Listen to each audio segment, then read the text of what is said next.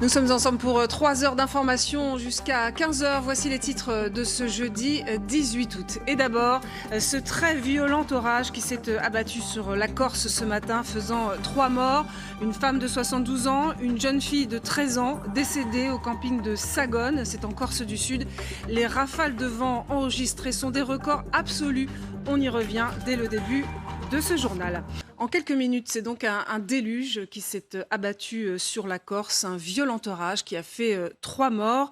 En Corse du Sud, une jeune fille de 13 ans est morte, notamment au camping de Sagone, quand un arbre est tombé sur son bungalow. Une dizaine d'autres personnes au moins ont été blessées. Pour avoir une idée de la violence qui s'est déchaînée sur la Corse, sachez que des records absolus de vent ont été battus. Une rafale exceptionnelle a été enregistrée à Marignana, c'est encore du Sud, vous le voyez, à 224 km/h. C'est à une trentaine de kilomètres de Sagone, hein, là où se trouve le camping dont Maureen nous parlait à l'instant. Des rafales qui ont atteint également quasiment 200 km/h, notamment à Calvi. L'analyse maintenant du météorologue Patrick Marlière. Bonjour à vous. Merci d'être avec nous. Ce qui a frappé, donc, c'est la violence, la brièveté de cet orage qui a traversé la Corse. Est-ce que vous y voyez un effet du dérèglement climatique ?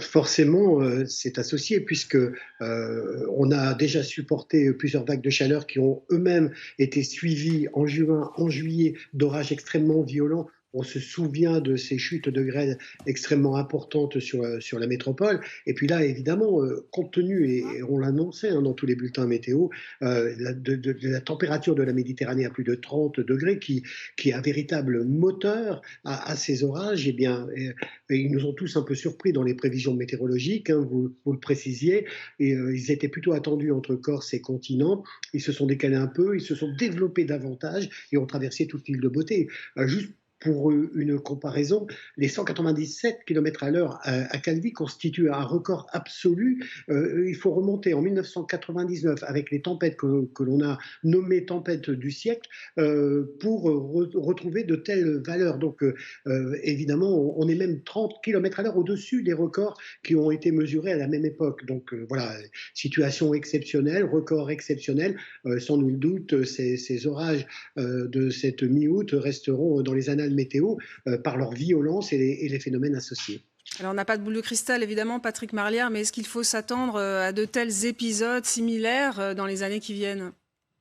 Inévitablement, mais de toute façon, déjà, on va surveiller ce qui va se passer à court terme, c'est-à-dire pour la fin de la journée et la soirée, et même une première partie de nuit, où de nouveaux orages sont attendus, des cellules qui pourraient traverser de nouveau l'île. Alors peut-être pas aussi violents que ceux de ce matin, mais en revanche, on peut craindre toujours le pire, hein, car ces orages, ils nous ont surpris, pourquoi pas ceux de ce soir. Donc soyez extrêmement prudents. Et puis oui, évidemment, compte tenu du réchauffement climatique, compte tenu de la persistance de ces fortes chaleurs, parce qu'on n'est pas quitte, une 5e vague est attendue la semaine prochaine, bien oui, il faudra s'attendre à ce type de situation, c'est-à-dire des épisodes de forte chaleur suivis d'orages en été. Malheureusement, pour les années à venir, il faudra se préparer. On réfléchit à comment alerter pour les feux de forêt de façon plus efficace. Il faudra peut-être réfléchir aussi à comment alerter de façon plus efficace dans les phénomènes à court terme sur l'ensemble de la métropole et surtout en période touristique. Alors, Météo France a fait une alerte assez tardive, hein, en prévenant de cette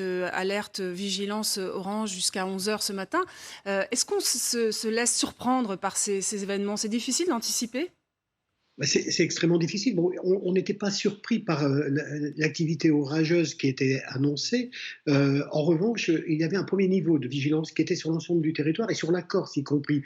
Donc un niveau jaune de vigilance. Pour ce niveau jaune, si vous n'en êtes pas informé directement, si vous n'avez pas de système pour vous prévenir qu'il y a des orages annoncés, bien évidemment c'est un peu compliqué. En revanche, dans les étapes suivantes, il faut du temps pour mettre en place une vigilance orange et encore plus une vigilance rouge. La vigilance orange, ça se place au niveau de la préfecture, les décisions qui sont prises administratives, et puis la rouge, c'est au niveau du ministère. Donc là c'était Les services météo de Météo France ont bien vu aussi hein, cet événement qui s'amplifiait en Méditerranée et on savait qu'à court terme ça allait toucher la Corse. Ils l'ont placé en vigilance orange, mais évidemment ensuite c'est compliqué hein, de prévenir tout le monde et on l'a vu. Hein, euh, comme on est en période estivale, en plus des tas de choses traînent dans les jardins, dans les campings et si on a le temps, il y a moyen de les ranger.